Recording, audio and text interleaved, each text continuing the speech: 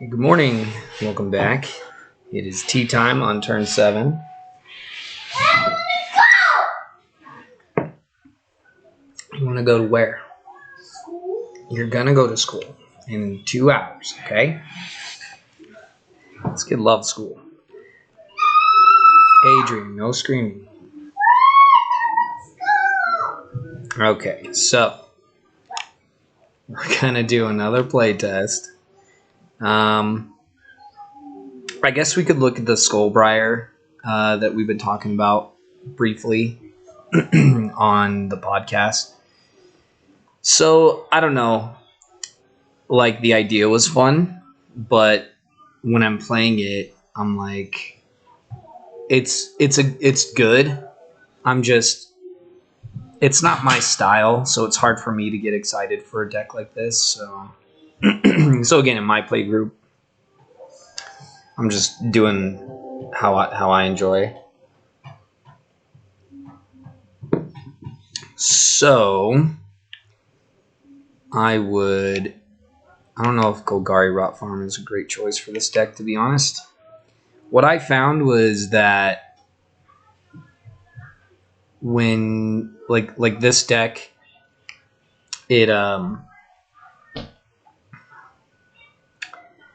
doesn't ramp very well, which is, I don't know. I guess you'll see. So let's jump in. So we drew 10. We sent 3 cards back. Still getting over being sick, so I apologize for my voice. And then we shuffled the deck, and now we're going to go to turn 1. So I'll drop the turn. We'll play a land for the turn. And I guess we'll just take the 2 and get the bird and go to the next turn. Turn 2. We will... Everything's green. So let's just... In our hand is green. And I suppose I would do... you really want to get your commander out really fast. So again, Skullbriar, 1/1 zombie elemental with haste. Whenever he deals combat damage to a player, he gets a +1/+1 counter. Counters remain on Skullbriar as it moves to any zone except for the player's hand or library. And then 1 mana to play Shadow Spear. For 1 mana, equipped creature gets +1/+1 and has trample and lifelink. Permanents your opponents control, you could pay 1. Permanents lose hexproof and indestructible until end of turn. Equip for 2, so we'll get that into play. And he has haste, so we would swing. Probably have an opponent that's going to yield you a +1/+1 counter. And then we'll go to turn 3. Turn 3 comes around. We can... So this says enchant creature. When Hydra's growth enters the battlefield, put a +1/+1 counter on enchanted creature at the beginning of your upkeep. Double the number of +1/+1 counters on enchanted creatures. So that's a really good one. Solidarity of Heroes costs 2 more to cast. For each creature beyond the first, choose any number of target creatures, double the number of +1/+1 counters on them. And then Fall of Gil-galad. Its first mode is scry 2. Put 2 +1/+1 counters on target creature you control. Until end of turn, target creature you control gains. When this creature dies, draw 2 cards. Then that creature fights up to 1 other target creature, which is what this deck wants to do, is it wants to fight stuff. So, I don't know. I mean, your choices is really Hydra's Growth and or Fall of Gil-galad. We have 4 mana. So I would probably do it this way. Do Fall of Gil-galad. I would scry 2.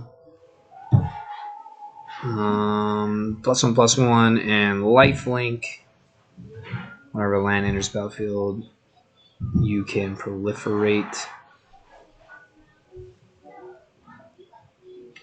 I would probably send Evolution Sage to the bottom of the library, and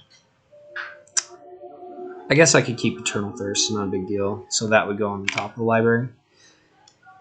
And then I would pay 2 to equip the Shadow Spear. And then we have Trample and Lifelink. We would swing. It's currently a 3/3, so we would gain 3 life. 1, 2, 3. We would deal. So we would deal 3, and then we would get a +1/+1 counter. Oops. +1/+1. Go to turn 4. Draw for turn. Land for turn. And then, sorry, I guess before we do that, we wouldn't draw yet. Untap, upkeep, put 2 +1/+1 counters on target creature you control. So we could add 2 +1/+1 counters here. And then we would draw, then we would play. And then I think it would be 8, 9, 10. We have a couple of choices. 11, 12, 13. It's 1, 2, 3 mana. 14, 15, 16, 17, 18. I think I would go to combat, swing, get a +1/+1 counter, gain 6 life,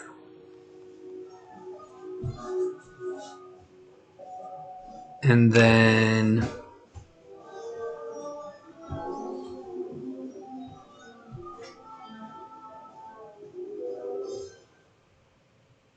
yeah, I suppose that's probably the best way to go, is the Hydra's Growth. Go to the next turn, untap, upkeep. On upkeep, we can stack our triggers, so we can have this first and then this second, so then the Hydra's Growth would resolve first. And of course, he would have got a +1/+1 last turn. And then at the beginning of your upkeep, double the number of +1/+1 counters on enchanted creature. Wrong. What's wrong? Oh, shit. You need to get down. Thank you. Yes, get down. Adrian. Down. Off the counter. Counter. Yeah, off the counter. Thank you. Counter. Yeah, that's a counter. Counter. Down. Thank you. And then, until end of turn, target creature you control gains. If it dies, draw 2 cards.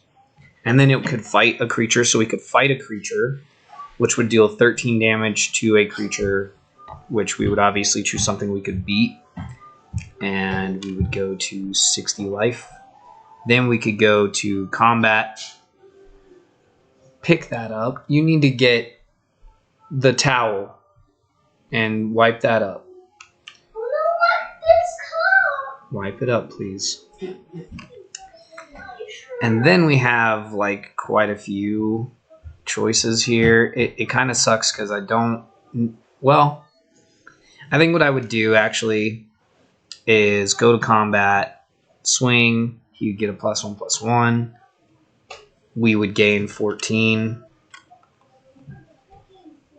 And I believe, is this turn 6? Did I forget to change that? Okay.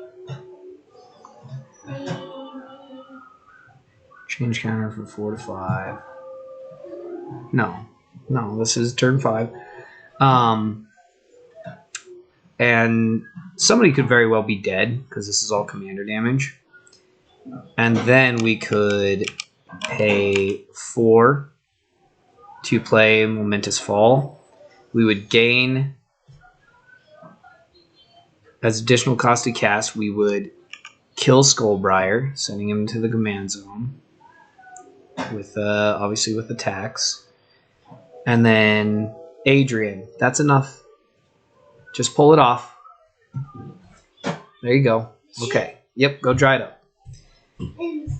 So it says that you gain life equal to its toughness. So its toughness is 14. So we gain 14. And we would draw equal to its power. And we would draw 14.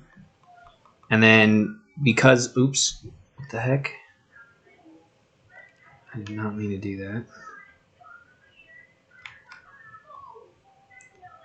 And then because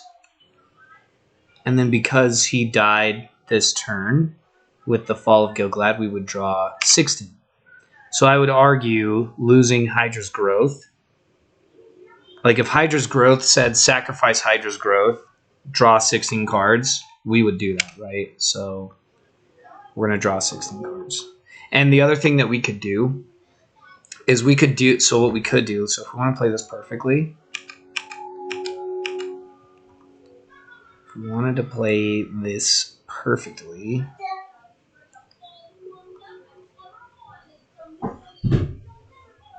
is we would pass the turn. And then at the beginning of the next opponent's turn, or maybe at the end of the opponent that goes right before we go, this is an instant. So we would do this then, right? Well, no, because it says that it says until end of turn. So we would have to do it our turn, which is fine. Well, I don't know. Is it better to draw 14 cards and keep them all in your hand, or is it better to draw 16 cards? It's probably better to draw 14 cards.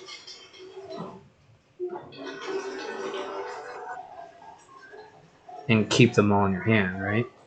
Well, it's fine. So we'll draw 16 and we'll just discard down to 7. Did I do it wrong?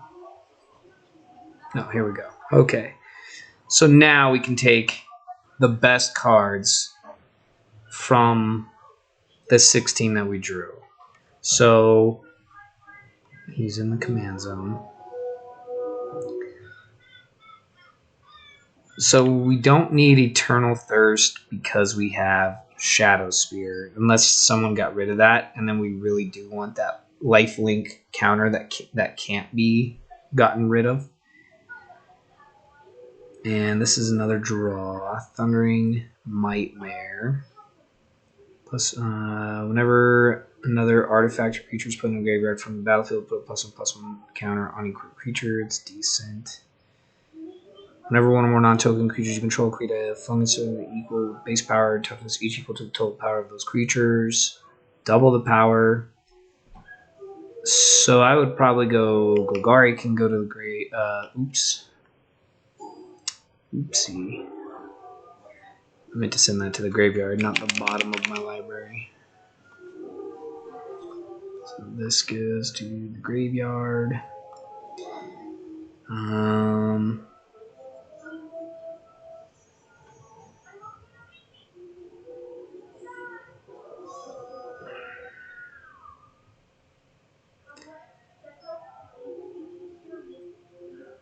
Creature cards, which we don't have any creatures in the graveyard.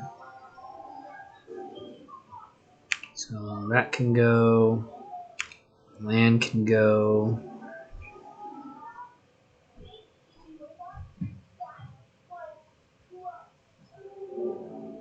That can go. That can go. This would cost 2. Whenever one or more non-token create. Can go. That can go. That can go. Whenever an opponent casts a spell, and that can go. I want a land drop.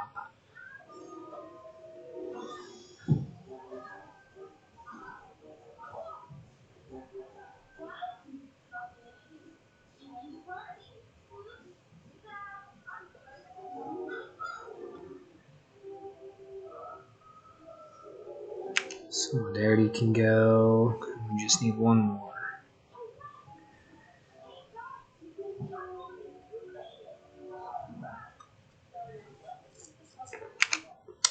Maybe that. So now we go into our turn 6. Draw for turn. Got a land drop. Obviously, we're going to want to get our commander back out. The deck is useless without him. And then for now, it might make sense to... We have 2 options. Well, we have 3 options. We have 4 options. We can equip Shadow Spear. So this would kind of depend on if the trample is relevant or not. If it's not, maybe we just want to get that extra +1/+1 counter and the permanent lifelink. But I think I would probably do favored enemy. So favored enemy enters the battlefield. Note the most prevalent creature type in an opponent's library. When favored enemy enters, actually, I want to read the favored enemy MTG.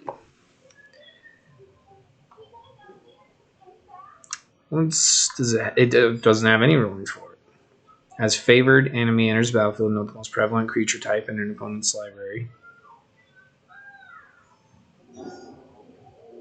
So I guess what you just ask the opponent, like, what's your most prevalent creature type? So I guess if they're playing like if I was playing against Adam's and Nala deck, I would choose Wizards. This would actually be great against that deck. So choose Wizards. Target creature you control fights up to 1 target creature. Oh, I see. So actually, we would really want to have the Eternal Thirst, I guess. Whenever a creature in opponent control dies. Sure. So we equip this to Skullbriar. Go to combat. They probably block. Either way, we'll get a +1/+1. And then we would go to our... And of course, we would gain 14. And then we would go to turn 7. So now we're into turn 7, right?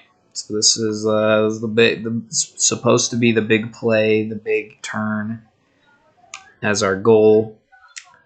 So what we could do is... There's a lot of things we can do.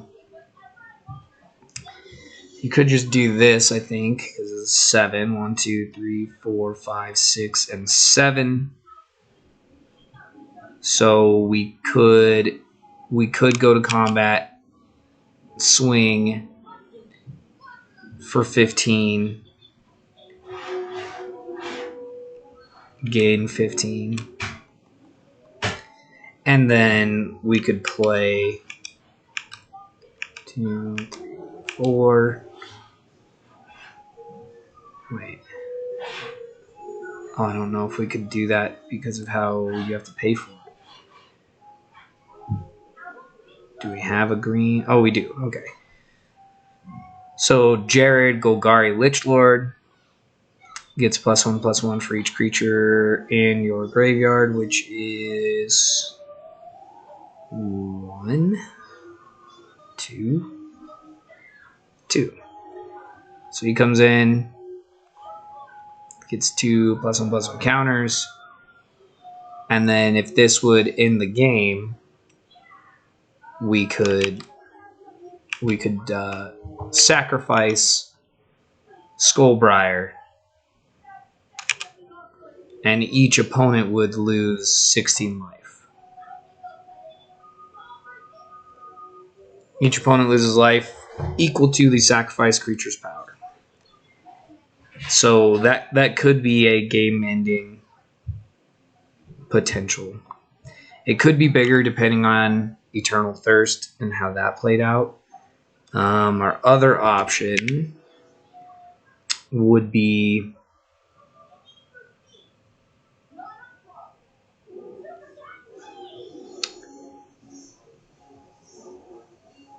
not being able to put the trample on kind of sucks. We could just swing out, and then if anybody tried to kill our dude, we could tin the pests on it. Tin the pests. Sacrifice Skullbriar. When Skullbriar dies, we get 16 pests.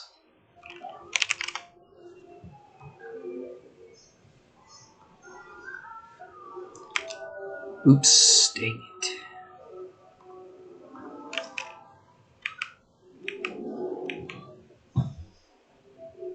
Always liked it. It just, the visual of it makes it feel much more scary, right?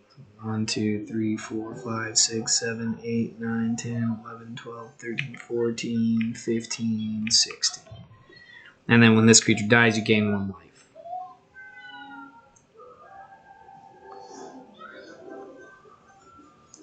Or, and of course this play would really depend on like the state of the game.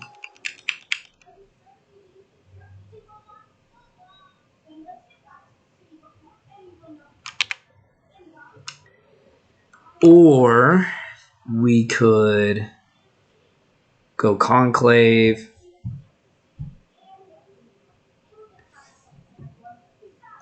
One, 2, 3, 4, 5, 6.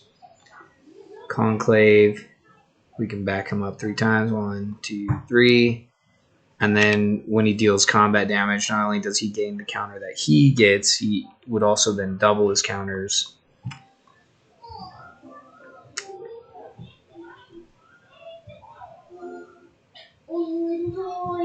Or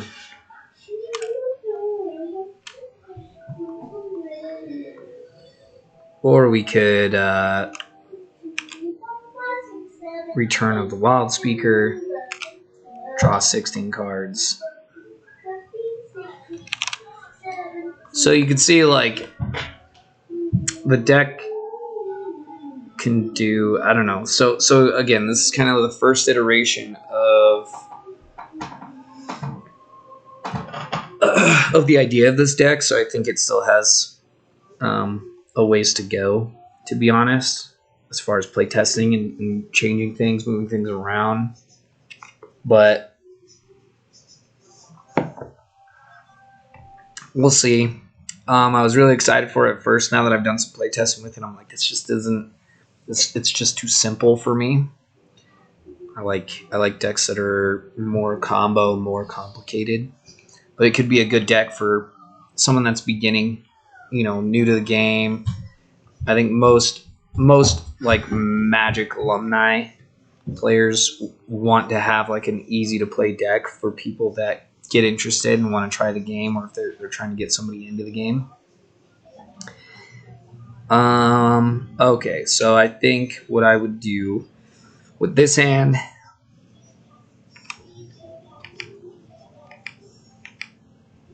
I'll probably just do that. No, that's ridiculous, actually. That's true. This is actually kind of a tricky starting hand because you have so much ramp. And because of the ramp, you kind of want to keep the Astral Dragon. Non-target creature. Alright, so let's try that. So we'll shuffle, turn 1, draw. We'll play enters the battlefield tapped first.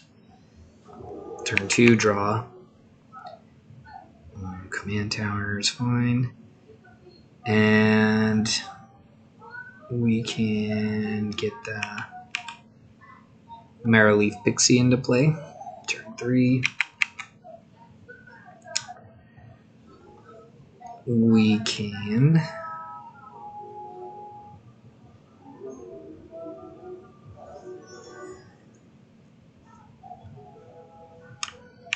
I think I would probably do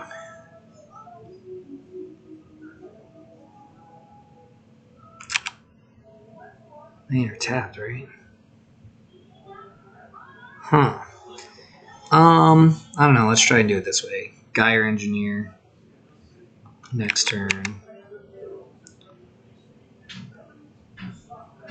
So now we could 1, 2, 3, 4, 5, 6, 7. We could turn 4, get our commander into play, get our Koma coil. So 1 per upkeep. So it comes back around to us. Alright, and then I mean, to be honest, if this was the layout, I wouldn't even worry about Sky Shroud Claim at this point. The other thing you really want to get into play is the Elven Chorus, because you're going to have so much mana.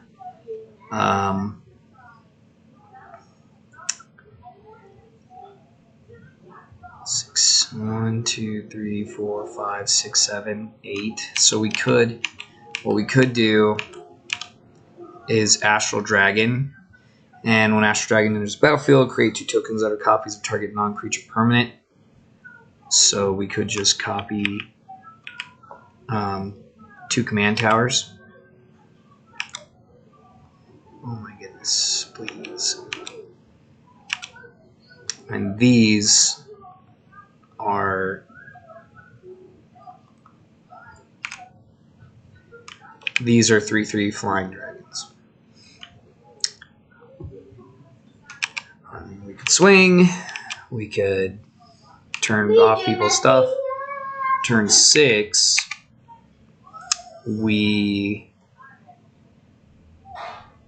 could 1, 2, 3, 4 Elven Chorus, because at this point we would have 8. One of the Koma's Coils could not tap for mana, but 7 of them can. So that's 7, 8, 9, 10, 11, 12, 13 mana that we have at our disposal.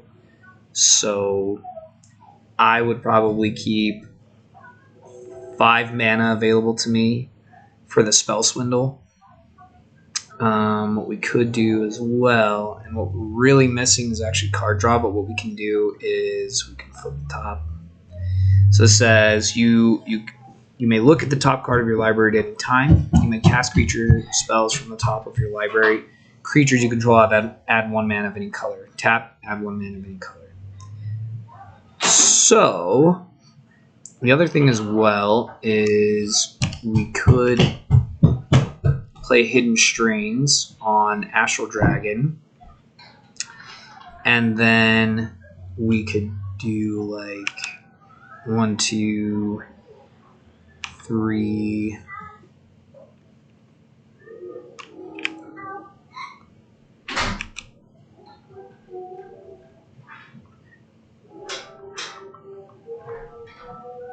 Four, 5, 6.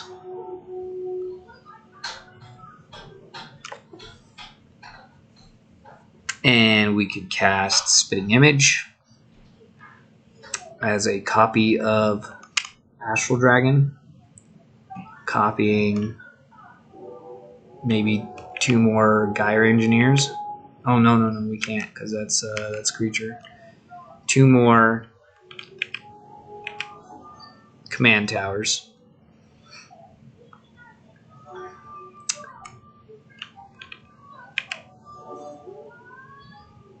And then pass turn. We still have 5. Well, no, we wouldn't pass turn. We would actually attack with Astral Dragon. Go. Oh, sorry. When we cast Hidden Strings, we would untap. Oh my gosh.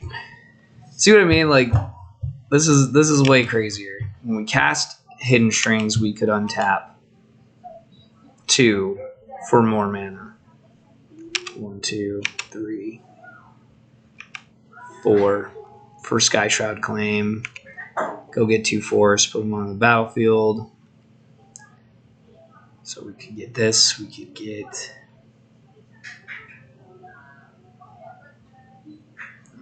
whatever.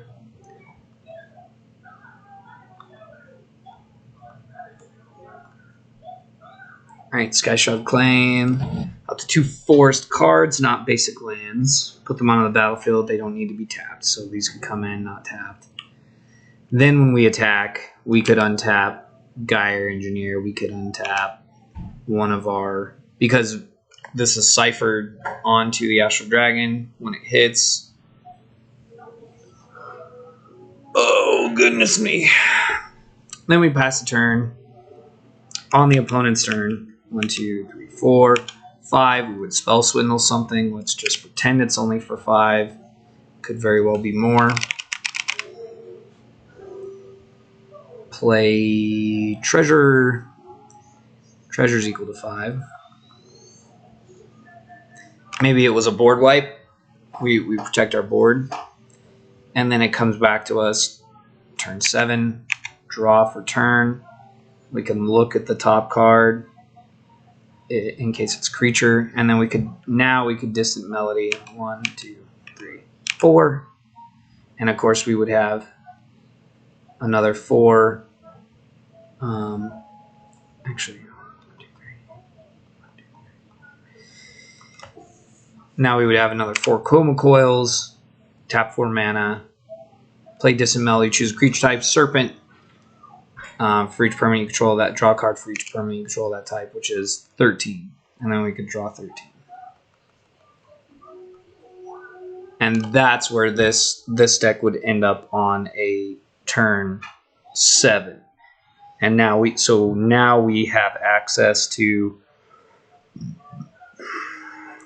12, 17, 18, 19, 20, 21, 22, 23, 24.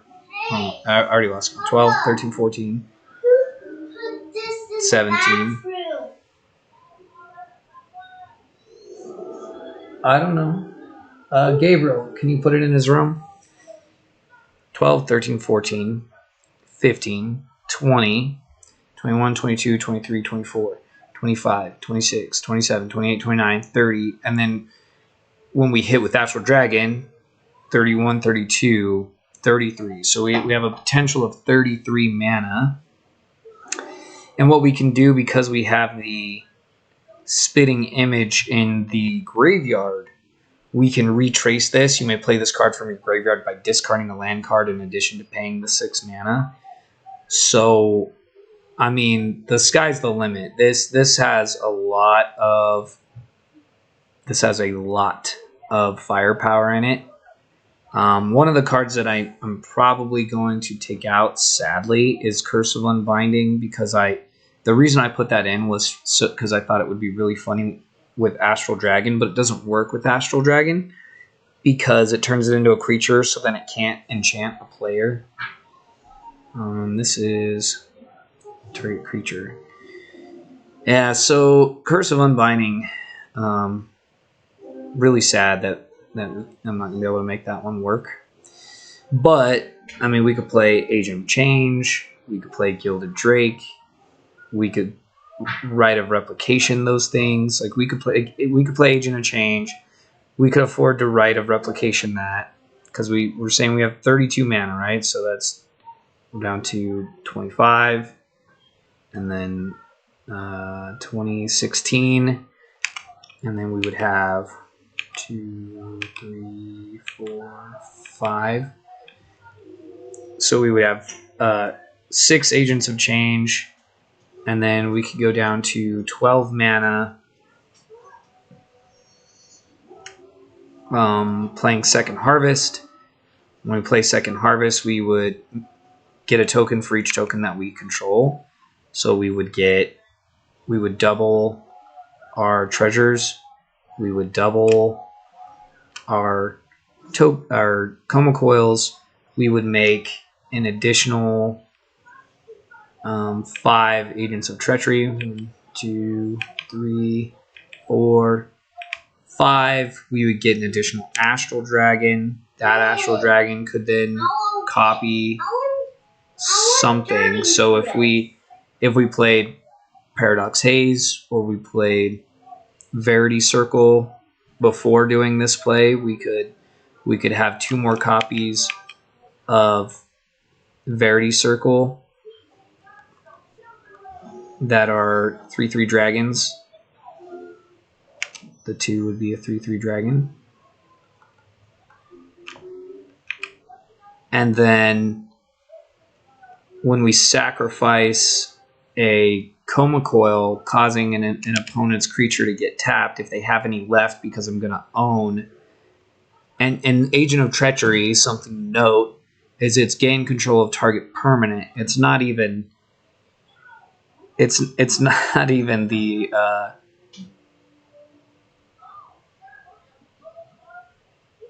Creature. You could take an artifact. You could take an enchantment. You could take a land.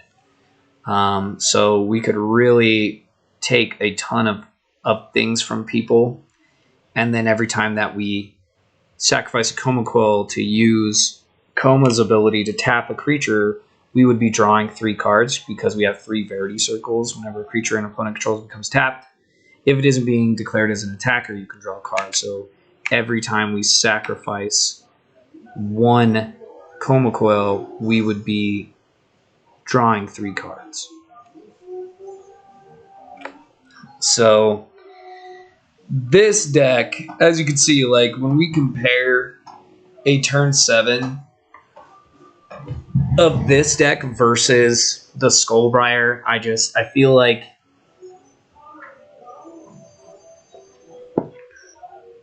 Skullbriar might not be the Golgari commander that I'm looking for. One of the commanders that I am thinking about that we may do instead is Glissa. I think that's her name. Glissa.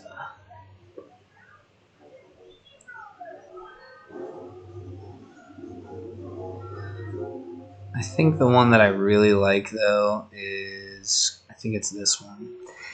Whenever a creature an opponent controls is put into a graveyard from the battlefield, you may return target artifact card from your graveyard to your hand. I think it's probably that one. You can combat on your turn. Create an incubator token with +2/+2/+2 counters on. Transform instead. Transform into a Phyrexian artifact. Transform all incubator tokens you control. Phyrexians you control gain first strike and death touch. All incubator tokens. What does transform?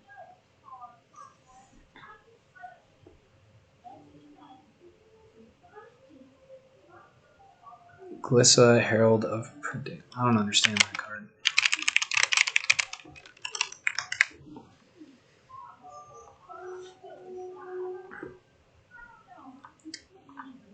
I don't understand. Transform all incubator tokens you control.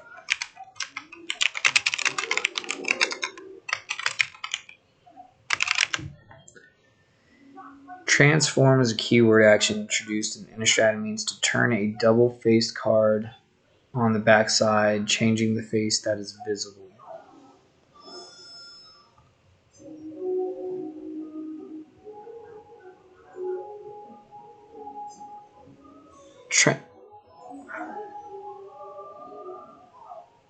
To incubate 2, create an incubator token with 2/1/1 counters on it, and pay 2 mana, transform this artifact. It transforms into, oh I see, transforms into a 0/0 Phyrexian artifact creature.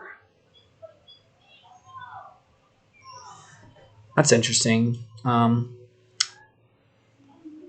don't think that would be as fun as Glissa the Traitor.